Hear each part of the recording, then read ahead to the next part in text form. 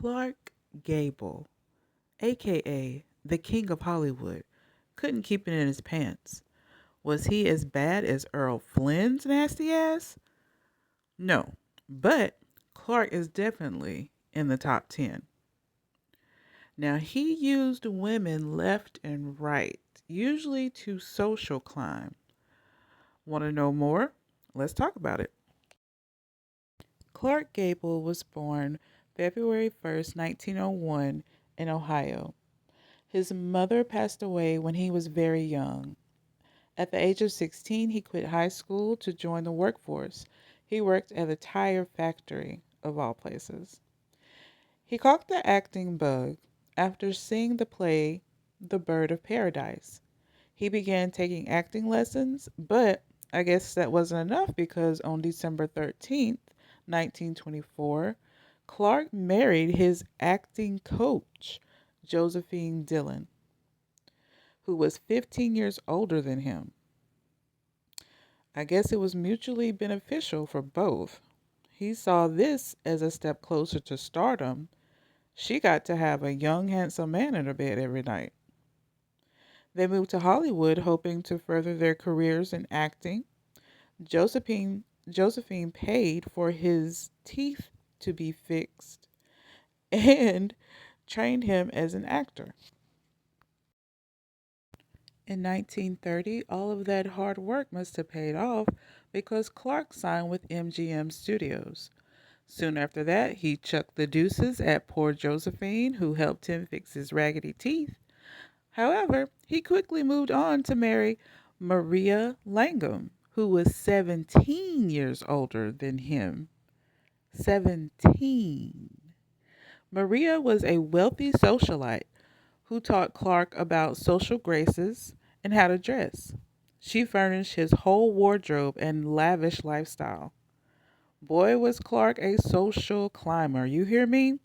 He hit the jackpot with this one. I want to pause at this point to point out a developing pattern. Clark was obviously using these women to get ahead in life. Once something better came along, he was gone. Put a pin in this thought. We'll circle back to it. In 1931, Clark was in a film with Joan Crawford called Dance Fools Dance. It's rumored that Joan specifically asked for Clark to be in the movie.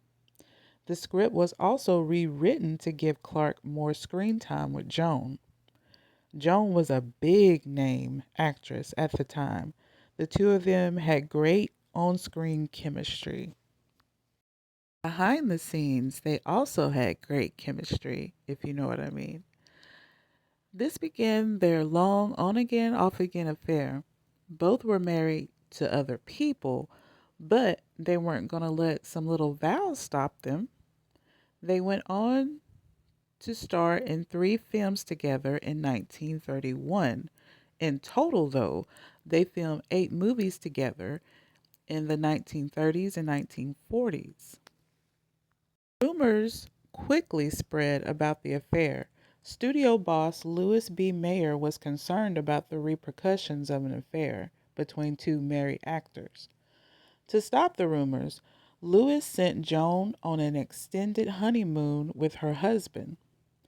MGM decided to put a moral clause in its contracts and force the actors to end things. Joan also tried to calm down the rumors in 1932 by stating to the press that she and Clark were just friends. Girl, nobody believed you, and they continued to sneak around with each other anyway. In 1935, Clark filmed the movie Call of the Wind alongside Loretta Young. While filming, the very married Clark had a little tryst with the young actress on a train ride. This resulted in Loretta becoming pregnant. The studio thought this would destroy Loretta's career, so they hatched a plan. Loretta feigned an illness and went into seclusion until the baby was born. When she emerged back into the spotlight, She shocked the public by claiming she adopted a baby girl whom she named Judy Lewis. Decades later, it was rumored that the little tryst they had on the train, it may have not been consensual. So keep that in mind. Clark moved right along, and in 1939 he divorced his sugar mama, Maria, to marry Carol Lombard. Child, he just jumps from bed to bed with no F's to give. No remorse for who he hurt, just carefree. Clark did say that Carol was the love of his life, though. He certainly does have a lot of loves, doesn't he? He wanted to start a family with her. And in 1940, Joan and Clark were in their eighth and final film together. Joan was jealous of Clark's new love and big success after Gone with the Wind. She said horrible things to Clark, who allegedly left the set very upset. Okay, let's pause here for a second. Joan, don't get mad now when your sneaky link has moved on. This affair was a disaster from the start, and Joan was always his second choice. He saw her as nothing but a side chick, and she rolled with it. She went along with it for all those years. You can't get upset at this point. Anyway, back to the story. In January 1942, Clark's wife Carol passed away in a plane crash, leaving Clark devastated. He quit acting at the height of his career and joined the Air Force. He served for 3 years, some saying he had a death wish. When he left the military, he tried to return to acting, but MGM had ended his contract. Clark freelanced it, but the films he didn't do very well at all. So he went back to relationship hopping. You know him. In 1949, he married Sylvia Fairbanks, who was the widow of Douglas Fairbanks. Fairbanks, Douglas Fairbanks was a famous actor and filmmaker. See, I told y'all, when Clark is down and out, he'll latch on to someone with higher status to give him a leg up. He is a clear opportunist.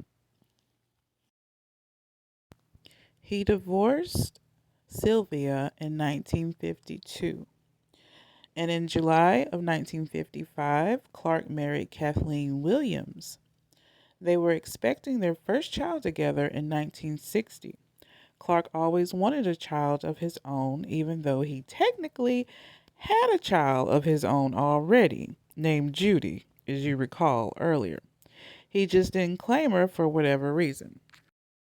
Tragedy struck in November 1960 when Clark had a heart attack and later went on to glory in the hospital later that month. He went to the upper room at the age of 59. Unfortunately, he did not see the birth of his son. And that is where we end things. That's where this crazy tale ends. What do you think about Clark Gable now? What do you think about the morals of these actors, especially the men?